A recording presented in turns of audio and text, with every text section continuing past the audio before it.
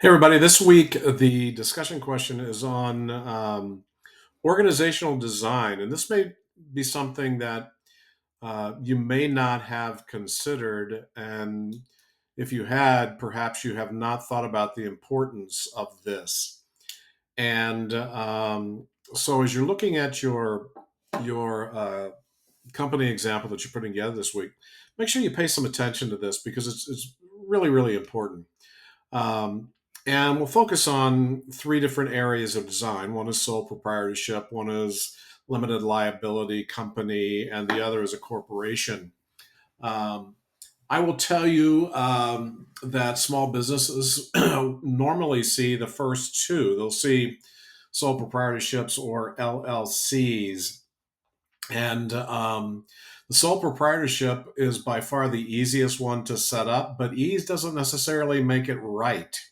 There are still things that you have to do as a sole proprietor. You have to track your revenue, you have to track your expenses. And for many states in the United States, each state is different on how they have you set this up. You may have to report your sales to the state every quarter. I know here in Texas that is a requirement. I am not sure about South Carolina, but you have to report that as income.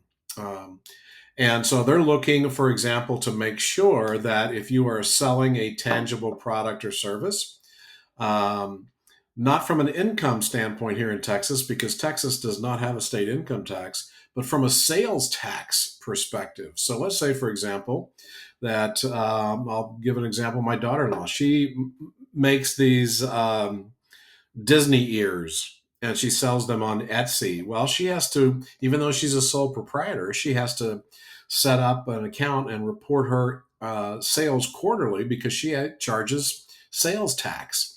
Now, Etsy does all that for her, but she still has to be the one to report it. And so that's an important thing to note. Um, Also, in sole proprietorships, it's an individual is the company, and so all of your income flows through on your personal income taxes every year.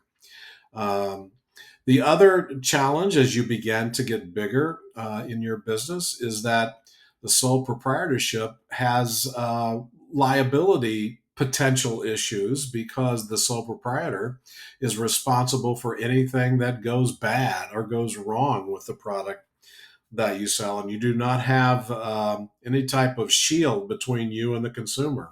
It's you versus the consumer, and one bad issue that happens with a product you make and sell, where you get sued, you're personally liable for that. Now, LLC, on the other hand, whenever we had our hotel and our fine dining restaurant, we were set up as an LLC, which means a limited liability company.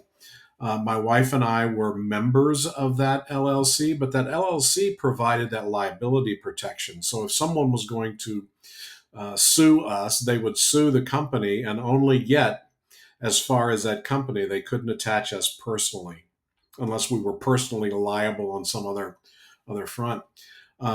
So we actually had a number of LLCs. We had an LLC that owned the actual location, that owned the hotel physical plant.